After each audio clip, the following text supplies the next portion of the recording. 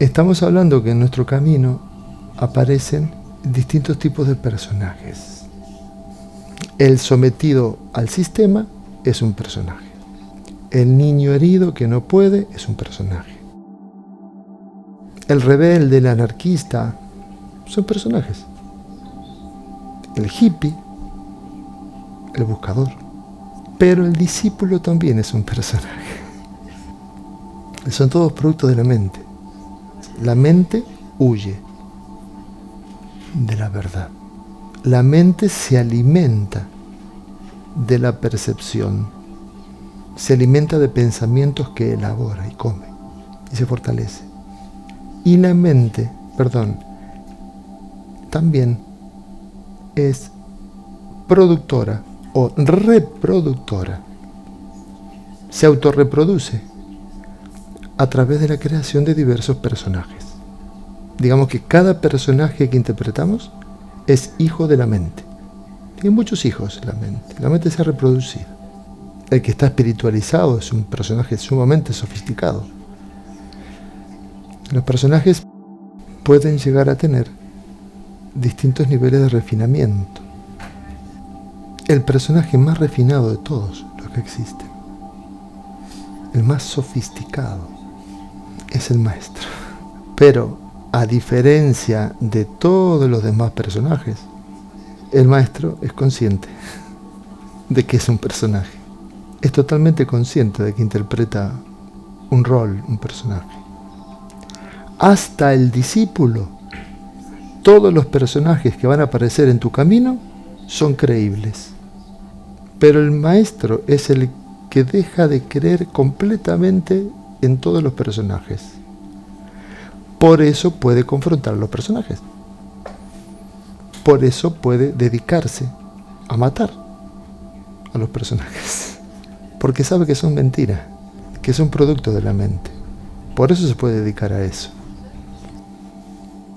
El buscador es el primer personaje dentro de lo que es un proceso de transformación. Por eso que es un personaje que debe ser respetado. ¿Qué está buscando el buscador? Krishnamurti dijo, el buscador es lo buscado. A lo que, si me permite Krishnamurti, me gustaría ampliar la frase.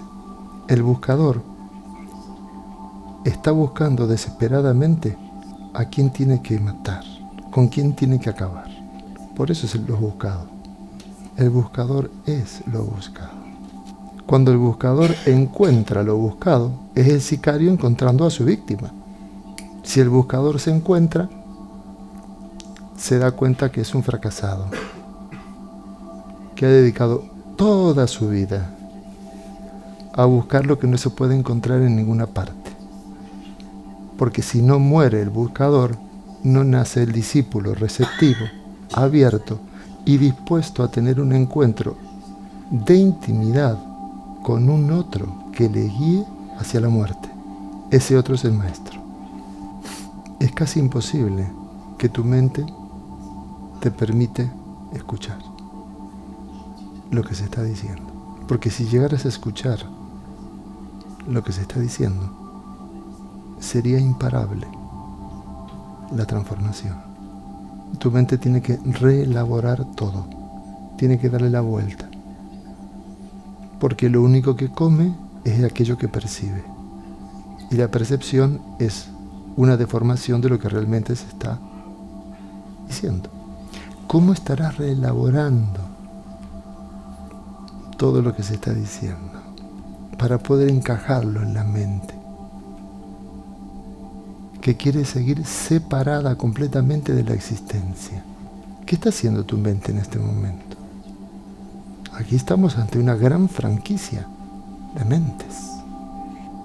Pero si digo franquicia porque la mente como ente, como ser, se ha independizado de la existencia. Dijo, yo quiero ir a mi bola.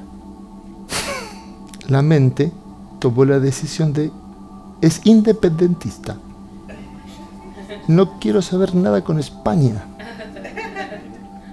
Tengo mi gobierno, tengo mi estatuto, tengo mi ley, tengo mi lengua. Joder, Por eso todas las divisiones que existen en el mundo y las búsquedas de independencia.